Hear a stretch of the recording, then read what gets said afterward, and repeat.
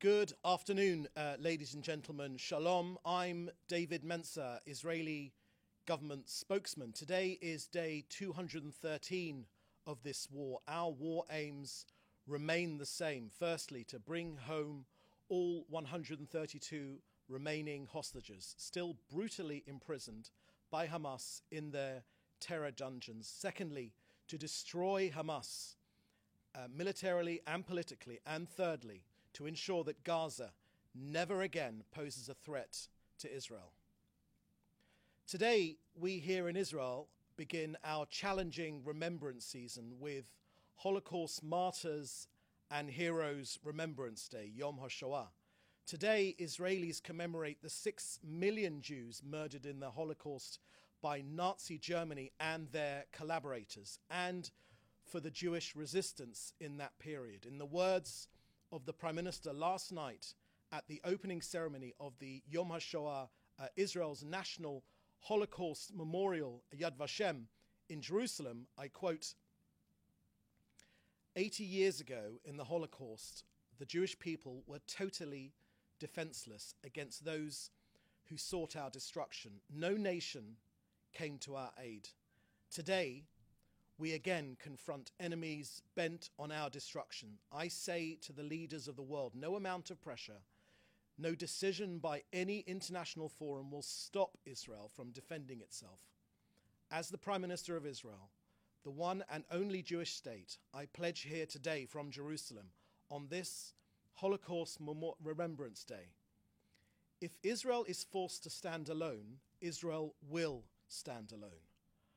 But we know we are not alone because countless decent people around the world support our just cause. And I say to you, we will defeat our genocidal enemies. Never again is now. End quote. Next to our fallen soldiers, IDF fatalities since the start of the October 7th massacre have unfortunately risen to 612. The people of Israel grieve with the families of First Sergeant Reuben Mark Mordechai Asulin, aged just 19 from Ra'anana. First Sergeant Ido Testa was 19 from Jerusalem. First Sergeant Tal Shavit was 21 from Kfar Giladi. And Sergeant Michael Rozal was just 18 from Rishon LeZion. The Hamas rockets that killed these men were fired from Rafah, targeting the Kerem Shalom humanitarian crossing, a crossing that facilitates aid deliveries on a daily basis, aid that the civilians of Gaza count on. Rafah is where our IDF soldiers have yet to enter. It contains the last 4 Hamas battalions. These soldiers left their families and their loved ones to defend our nation. All 4 fell fighting Hamas in Gaza yesterday. There are no words of mine that can assuage the terrible pain for their families. May their memories be a blessing. Next, an operational update. In recent hours, the IDF has informed Gazans in eastern Rafah to evacuate temporarily towards the expanded humanitarian area. We have made Gazans aware through flyers dropped, SMS messages, phone calls, and media broadcasts in Arabic. The text of the flyers is available from the IDF website. They call on residents of certain specified neighborhoods to relocate to specified humanitarian safe zones because the IDF will be operating against the terrorist organizations in these areas. For their safety, the IDF urges them to evacuate immediately to the expanded humanitarian area in the Al-Mawasi area. Warnings have also been issued that Gaza City is still a dangerous active combat zone and to avoid returning north of Wadi Gaza. Warnings have also been made to stay away from the eastern and southern security fences. The IDF announced the expansion of the humanitarian area in Al-Mawasi. The area will spread from Dir al-Bala in the north and up to the south, and in the east to the center of Khan Yunis. A map has been provided. In these areas, expanded humanitarian aid will continue. Gazans have been alerted that the IDF will continue fighting the terror organizations, and we have made Gazans aware that Hamas seeks to use them as human shields. In Rafah, the IDF is not an army that seeks to conquer and occupy. Ours is an army that seeks to liberate Gaza from Hamas. Next, an update from COGAT on the influx of humanitarian aid. The amount of humanitarian aid going into Gaza has significantly increased and continues to increase. In recent weeks, close to 100 food aid trucks traveled to northern Gaza daily, which was previously thought to be a problematic area with food, with the international community and UN agencies in Gaza. In talks between Israeli and UN representatives, including the World Food Programme, none of them indicated a risk of famine in northern Gaza. They noted that the humanitarian situation is improving and that there is a variety of goods in both warehouses and markets in the north. Markets in the north and the south are bustling. Noting the improved situation, international organizations stated last week that the volume of goods transported to northern Gaza must be reduced. I'll repeat that the volume of goods transported to northern Gaza must be reduced since the quantities are too high in relation to the population. Israel has established various aid routes, including airdrops, the maritime route and land crossings to deliver aid to Gaza. There are currently 2 crossings for aid delivery to northern Gaza and 2 in the south, with over 350 trucks entering Gaza daily. 350 trucks entering Gaza daily, mostly carrying food, enough food for all the people, for all of civilian Gazans. The issue has never been about getting aid into Gaza, but getting aid to the civilians of Gaza who need it the most before it is looted and stolen by Hamas. So, more food and enter Gaza every single day. Food, water, medical supplies without limit, and shelter. The humanitarian aid arrives at the Gaza Strip by sea, by air, and land. So that's the end of our briefing today. I will now take your questions, which you should put in the chat with your news outlet. Thank you very much. First question, please.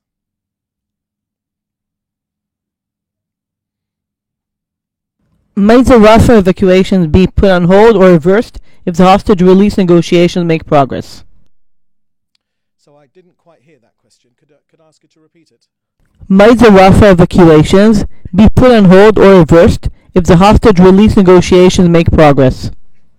So again, I didn't. Perhaps if you turn that speaker off, I'll be able to hear the question. The speaker over there. That speaker there.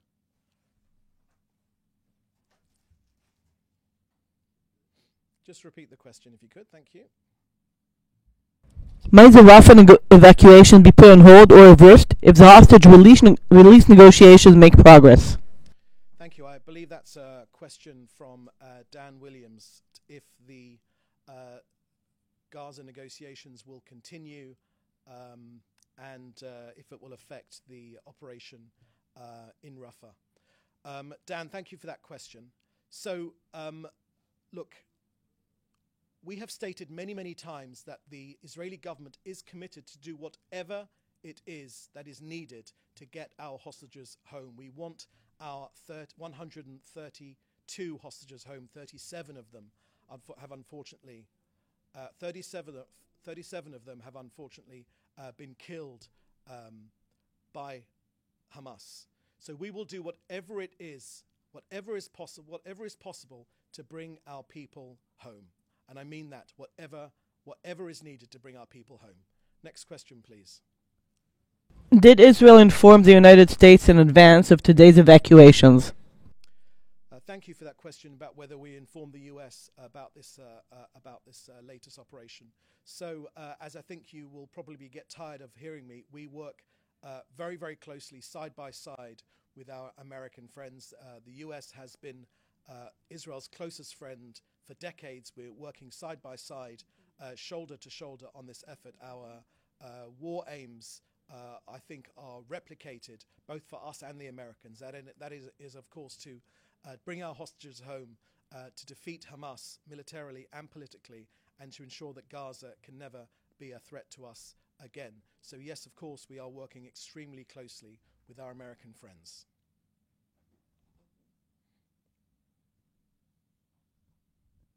If so, did the United States approve the move? Thank you for that question. Thank you for that question. The question was whether the US approved the move. As I said to you in my previous answer, we work extremely closely with our American allies. Our war aims are replicated both in Jerusalem and in Washington, D.C.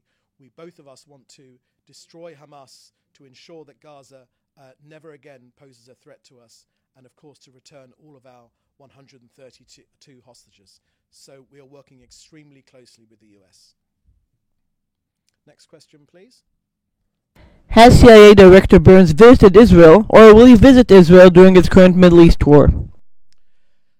Thank you for that question. That's probably a question for Mr. Burns directly. I'm the spokesman for the Israeli government, so I think any questions like that could probably be best addressed to Mr. Burns himself. Next question, please. Joe Pollack from Breitbart News. Can you comment on reports that an ammunition shipment from the U.S. to Israel was delayed? Thank you for that question, Joel. I haven't seen those reports. I haven't got any information on that whatsoever. If you have any questions like that of a practical nature, I could recommend contacting the IDF spokesman directly. Thank you. Next question, please. Another question from Joel. Is the message to the residents of Rafah an attempt to convince Hamas to accept the deal on the table, or is it the actual prelude to an attack on Hamas in the town? Thank you for that question. The purpose of the operation in Rafah is to do exactly what the IDF have stated. Rafah contains the last 4 battalions of Hamas. We cannot leave them in power. It has been stated quite clearly that if we do that, they will simply retake Gaza. And also, of course, they will simply retake Gaza, and consequently they will attack us again, because that's precisely what they have said. Next question, please. Jonas Bischoff, Swiss TV SRF. What is Israel's timeline from a Rafah evacuation order until a ground invasion? Sorry, I can't hear the questions. Maybe if you tell me without the microphone. What is Israel's timeline from a Rafah evacuation order until a ground invasion? So that's an operational question, which obviously we won't be sharing our operational tactics live over the air. But as we have said, the message has gone out to certain parts, eastern parts of Rafah, for civilians to move out of harm's way. We've got no problem with ordinary Gazans. We don't want to harm them. We're going after Hamas. Hamas is our enemy, and they will be defeated. It's one of our 3 war aims that we've made extremely clear. At the end of this war, Hamas will no longer form a threat to Israel from Gaza or anywhere else for that matter. We're doing this not only for us, we're on the front line of this terror, but we're doing it for the entire world, because Hamas and their brand of Iranian-backed Islamic fundamentalism can no longer be a threat to this country. And of course, it's a threat to the entire world, the entire free world, that is. So we're going after Hamas. They will be defeated. But of course, we will do everything in our power, and I mean everything, to get our hostages out. Diplomacy, fighting the terrorists, we will do whatever it takes to bring our people home. Next question, please. Human rights groups say today's evacuation orders are unlawful, and there's no safe place with appropriate infrastructure for civilians to relocate.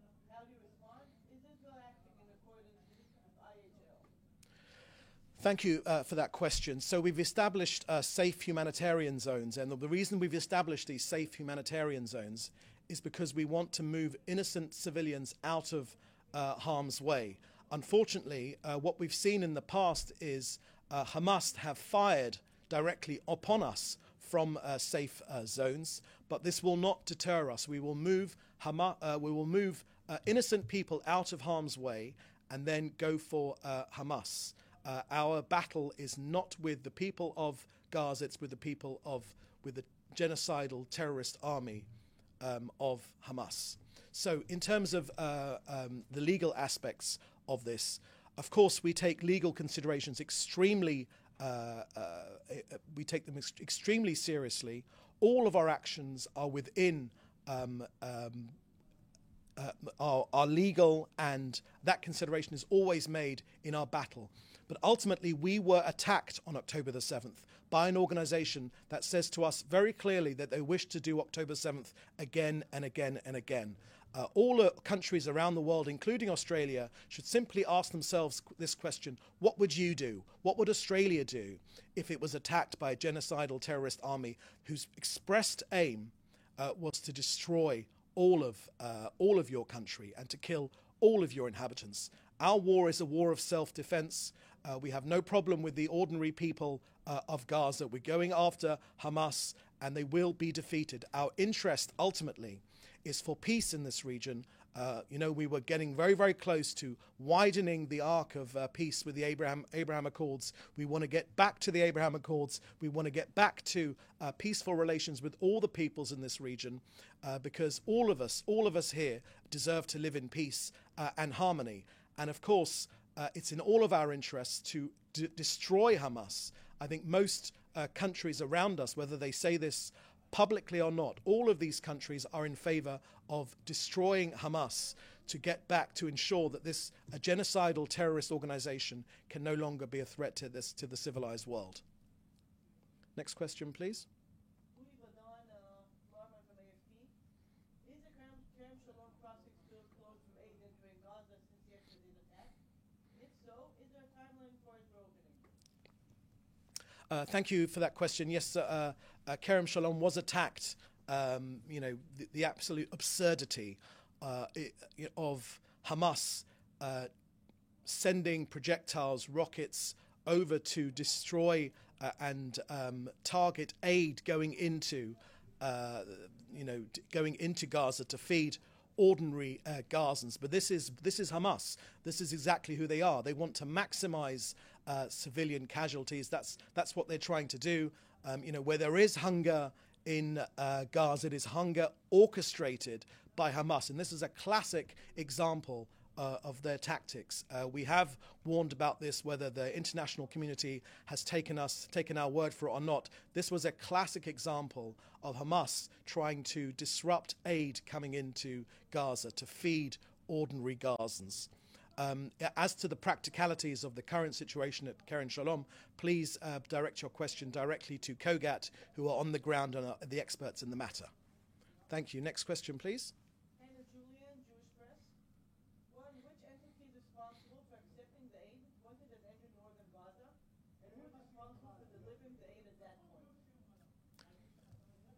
Sorry, could I ask you to repeat the question again? Which entity is responsible for accepting the aid once it has entered northern Gaza, and who is responsible for delivering the aid at that point? Thank you for that question, Hannah.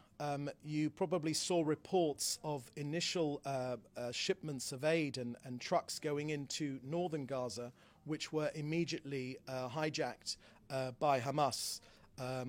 Which was obviously extremely unfortunate. We've been working with a number of partners to get aid to the north. One of them is the World Food Programme, who I spoke about in my briefing, who we are working closely with. But we are working with other parts, United Nations agencies, as well as private sector suppliers and deliverers at the same time. Our issue is to try and get as much aid to the people that need it the most.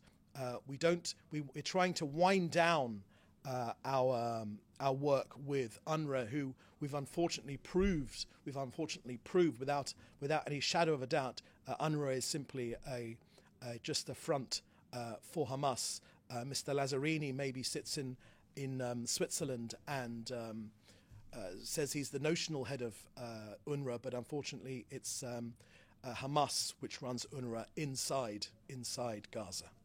Next question, please. Another question from Hannah. There are reports of humanitarian aid entering northern Gaza and repeatedly hijacked by Hamas, in effect aiding Hamas. Can you comment on this? Thank you, Hannah. I think I answered that question in my last remarks. Okay. Frederick Eager for Interplanetary Television. Belgium Deputy Prime Minister Peter de Sutter says that operation in Rafah will lead to a massacre. The Belgium is working on further sanctions against Israel. Peter de Sutter will meet with Palestinian Foreign Minister Riyad al-Maliki later today. What is Israel government response to Belgium's Deputy Prime Minister de Sutter claim that the Rafah operation will lead to a massacre? So this slur about this genocide and massacre, it is unfortunately just another example of the libel which is aimed at Israel. Look, let me deal with these points quite clearly. Look, Hamas is the organization that has sabotaged the current hostage release deal in a deliberate deception. The truth is that Hamas, they frustrate every single deal by not moving a millimeter from its extreme demands, and no government in Israel can accept that. Israel will not allow Hamas to reconquer Gaza and will stop the war, which will once again allow Hamas to take control of the Strip militarily and organize for another 7th of October, as they have promised to do. In terms of this other slur which you're talking about, let me answer that as well.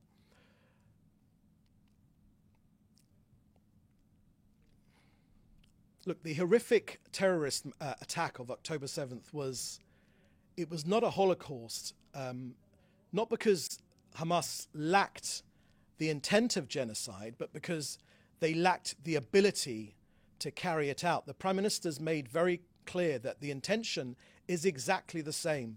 The Nazis acted in order to completely destroy the Jewish people. Hamas murderers are instructed to do precisely the same thing.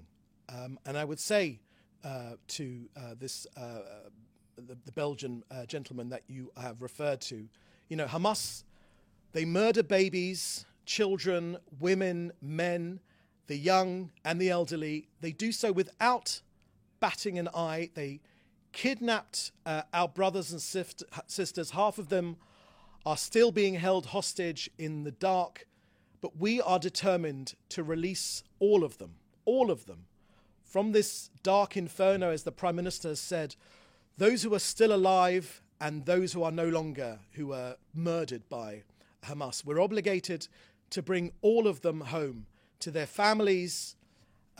We want to end this ongoing nightmare. Our hearts are with them, but we will fight the monsters of Hamas and we will destroy them for good. Now, the Prime Minister said very clearly, he used the word monsters, not only because the horrors they commit, but because they in fact take pride in what they're doing. They broadcast their murders live. In a nursery in Gaza, which was used as a terror base for Hamas operatives, our soldiers found a copy of Hitler's slanderous book, Mein Kampf, translated into Arabic. The Prime Minister said another example of in a house where a girl's tablet had a picture of Adolf Hitler as the wallpaper. There's a straight line, as sinister as can be, as the Prime Minister said, which connects the murderers of the Nazis to the murderers of today. But right here lies the difference between the Holocaust and Hamas.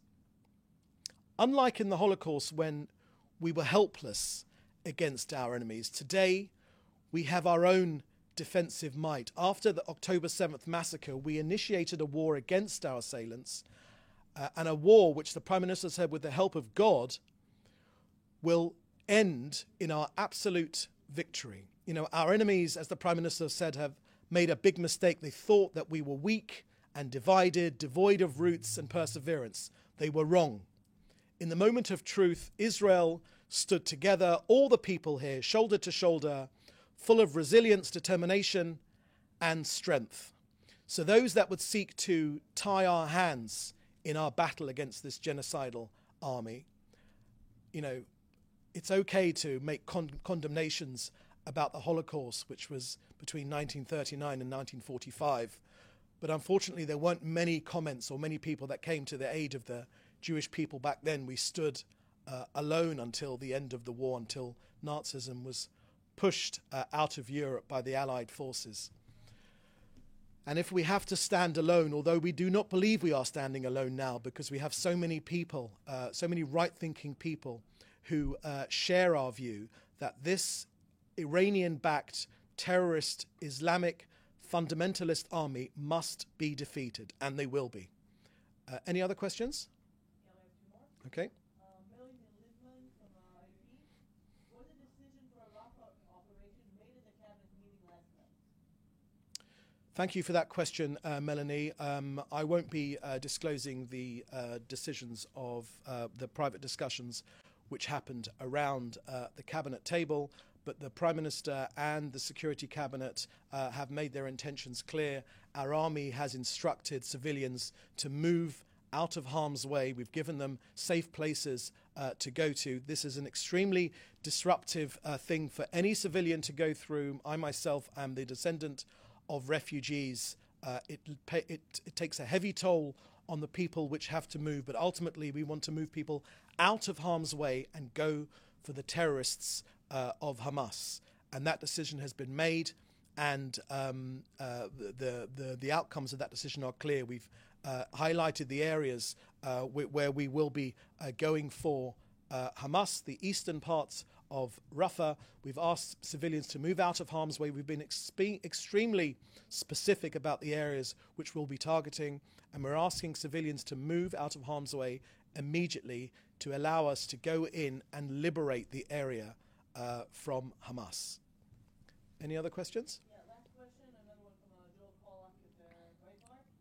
Is a message to residents of Rafah an attempt to convince Hamas to accept the deal on the table, or is it the actual prelude to an attack on Hamas in the town?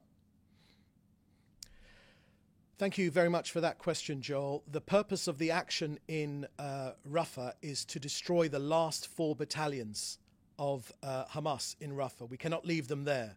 They've stated very, very clearly that they will retake Gaza, and will carry out October the 7th again and again and again. When it comes to our hostages, we will do everything in our power to bring them home. Diplomatically, militarily, we'll do everything in our power to bring them home. But the one thing which we won't allow is for Hamas to remain standing at the end of this war. If that happens, it will be a disastrous consequence for Israel. The message will go out throughout the world that a genocidal, murderous terrorist organization does not face consequences, is allowed to continue.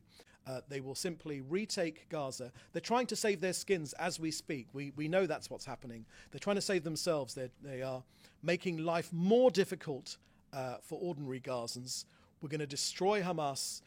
We're going to bring home our hostages, and we're going to ensure that Hamas and Gaza never again form a threat to Israel or anyone else in the future. Any other questions? No, that was the last question. Great, thank you very much. Please join us for another briefing same time tomorrow. In the meantime, please stay safe, and thank you for joining me.